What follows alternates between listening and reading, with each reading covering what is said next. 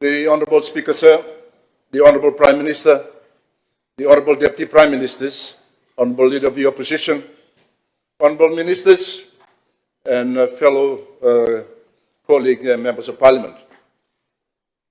Mr. Speaker, sir, I rise in this August House to express my strong support for the 2025-26 national budget. Before I proceed any further, let me quickly turn to the Honourable Member's comments. I've noted the comments that he has raised regarding the policing, but my simple question to the Honourable Member, where was he? What did they do when they were in position to change some of the things that he had raised? Maybe you should direct your question to the Honourable Leader of the Opposition when he was the Minister responsible for policing. Mr. Speaker, sir, this coalition government is committed to supporting the police and making sure that our country, Fiji, remains safe and secure. So therefore, this budget will empower the Ministry of Policing and the Fiji Police Force to accomplish its mission. Safety and security, Mr. Speaker, sir, is the bedrock of national development. It underpins economic growth, sustains social progress, and ensures the well-being of every Fijian. Without peace and stability, there is no sustainable development. Without strong policing and effective national security institutions, we cannot build public confidence in our collective future. We meet at a time of unprecedented security challenges, both globally and domestically. The rapid escalation of cyber threats, the scourge of illicit drugs, and the rise of transnational organized crime and the evolving tactics of criminal enterprises demand decisive leadership and bold investment. This is what this government is doing. We must act with urgency, vision, and unity of purpose. I commend the Honourable Deputy Prime Minister and the Minister for Finance and his team for delivering a comprehensive and strategic budget that responds to the realities of our time today. Mr. Speaker, sir, it is an honour to deliver my first budget response as Minister for Policing and to reflect on the strategic allocation for my ministry and the Fiji Police Force. Earlier this year, the Honourable Prime Minister took a bold and visionary step to establish the Ministry of Policing, a dedicated institution to support the Fiji Police Force through clear policy direction, coordination, and good governance. This move signals a new era in law enforcement, a transformation that aligns with our national aspirations for safety, trust, and justice. Mr. Speaker, sir, the Ministry, in accordance with the Legal Notice number 4 of 2025, is mandated to lead, develop, coordinate high-quality policies in 1. Policing, 2. Drug enforcement and operations, 3. Public order, last and not least, offender rehabilitation.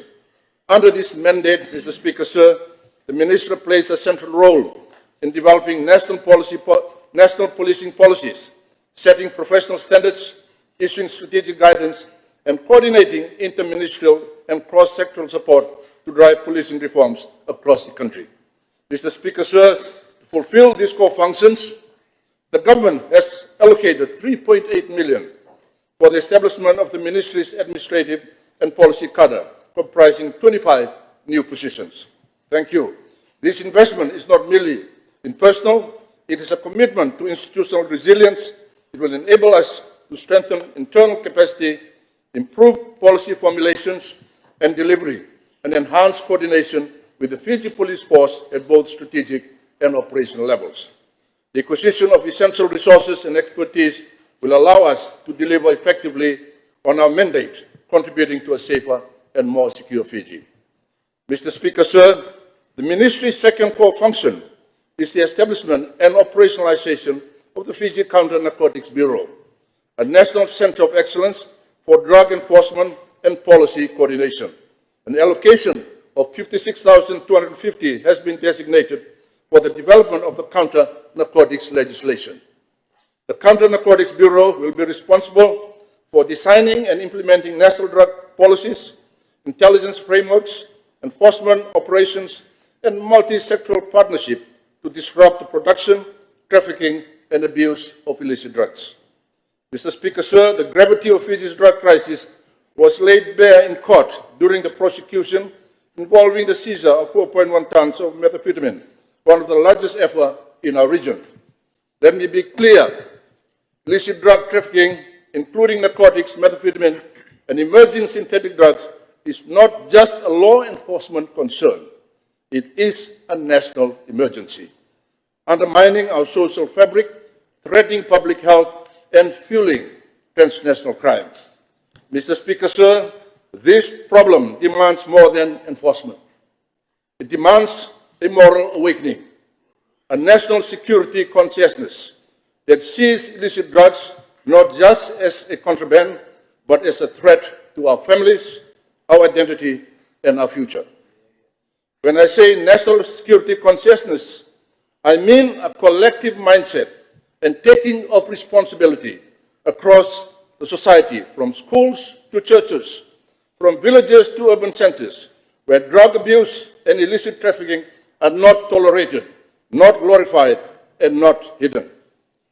Where every parent, teacher, chief, youth leader, sports coach, and social influencer plays their role in prevention, where silence is no longer complicity and reporting is seen as a civic duty. To build this national security consciousness, the Ministry is promoting and driving an illicit drug-free Fiji that will involve multi-stakeholders engagement. It is a generational movement, and it will require leadership from the top, supported by active citizenry from below. Mr. Speaker, sir, we must not allow Fiji to be used as a narco-traffic playground. I say that again. We must not allow Fiji to be used as a narco-traffic playground. The allocation of 1.9 million for the operational establishment of the Counter-narcotics Bureau is therefore both timely and commendable. To further enhance our campaign against drugs, the Ministry is finalizing a formal bilateral partnership with the Indonesia National Narcotics Agency. This partnership will deliver joint training, personal exchanges, professional development, and infrastructure support. Additionally, Mr. Speaker, sir, the Ministry has commenced engagement with the United States Drug Enforcement Administration to roll out resourcing and institutional capacity building. These partnerships are crucial in equipping Fiji to mount a comprehensive and sustainable response to the transnational threat posed by the narcotics trade.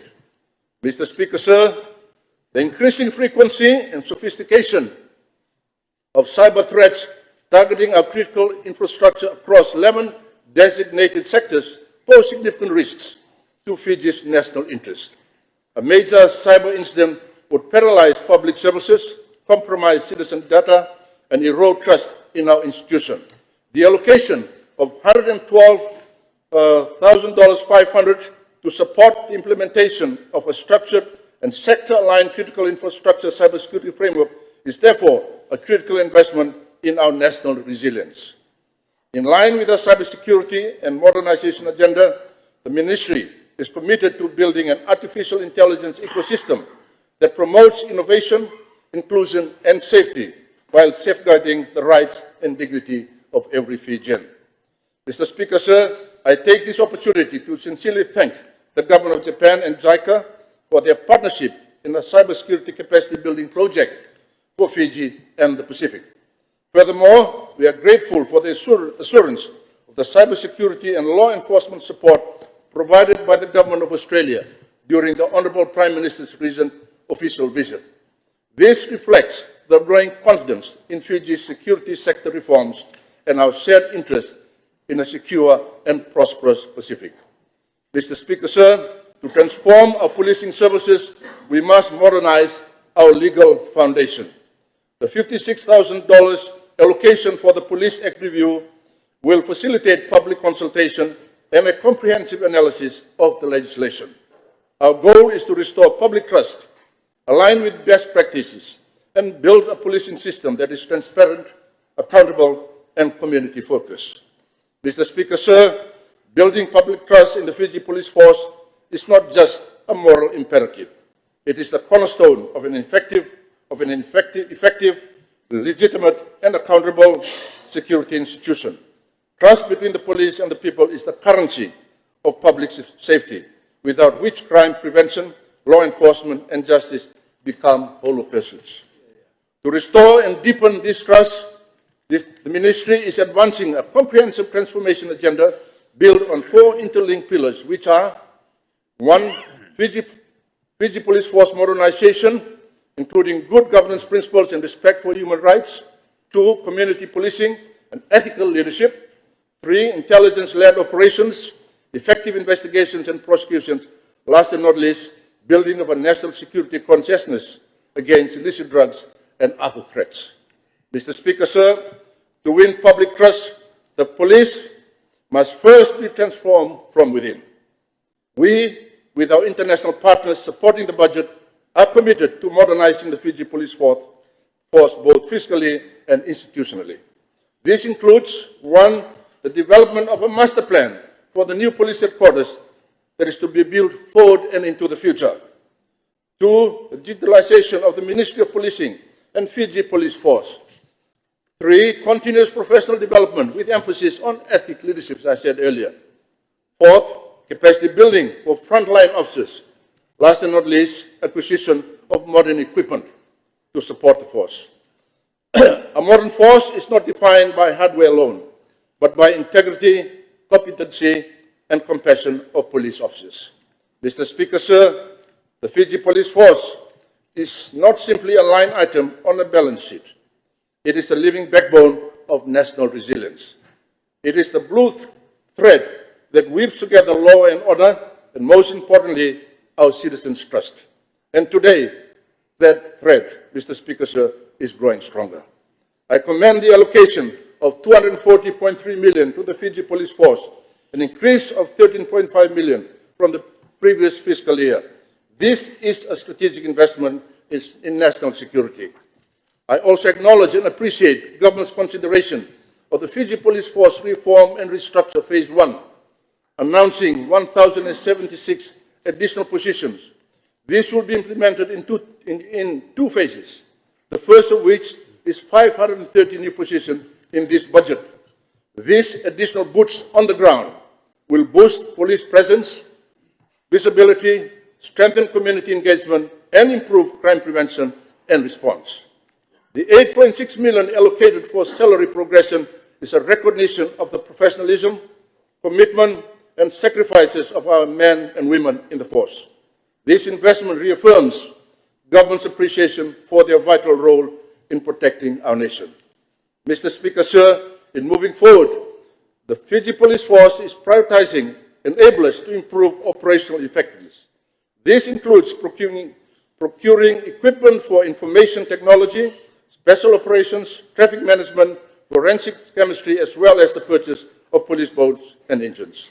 Mr. Speaker, sir, the police are not immune to internal challenges. There are those that cross the line. And let me make this absolutely clear this morning: there is no place in the force for unethical behaviors.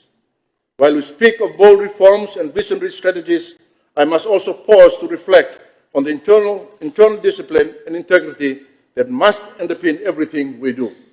We cannot afford to behave like an unprofessional organization. The trust of our people is hard-earned and easily lost. There are ongoing court cases involving some officers of the Counter-narcotics Bureau. These incidents, while deeply disappointing, serve as necessary lessons. Let them be turning points, not just for the individuals involved, but for the institution as a whole.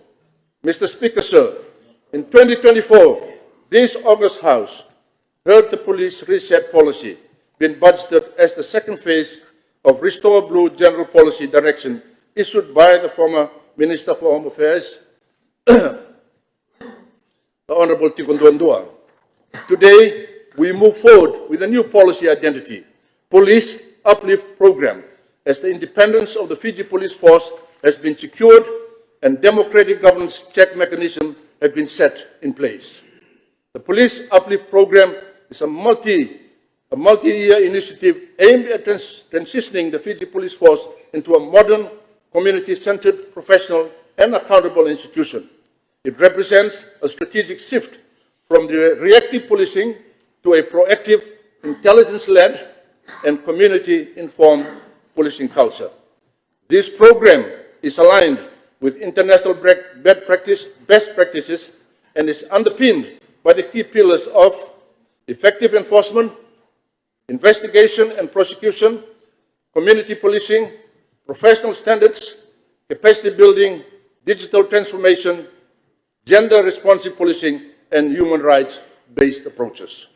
Mr. Speaker, sir, the Fiji Police Force is not only a domestic security agency, it is also a regional peace enabler and global peacekeeper.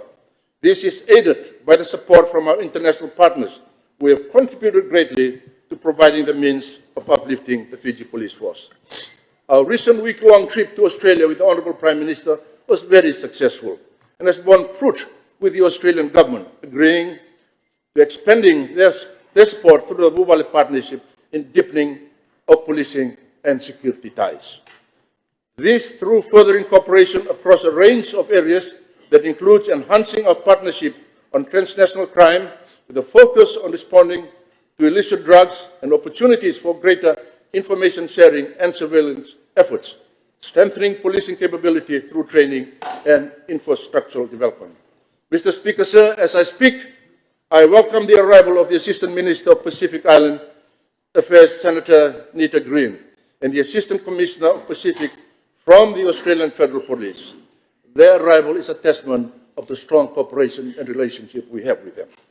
I also wish to extend my sincere appreciation to our international partners, particularly the donors, UNDP, UNODC, UNOHCHR, and the Government of France, will assist Fiji through the training tailored to Fiji police priorities and help upgrade drug surveillance and equipment.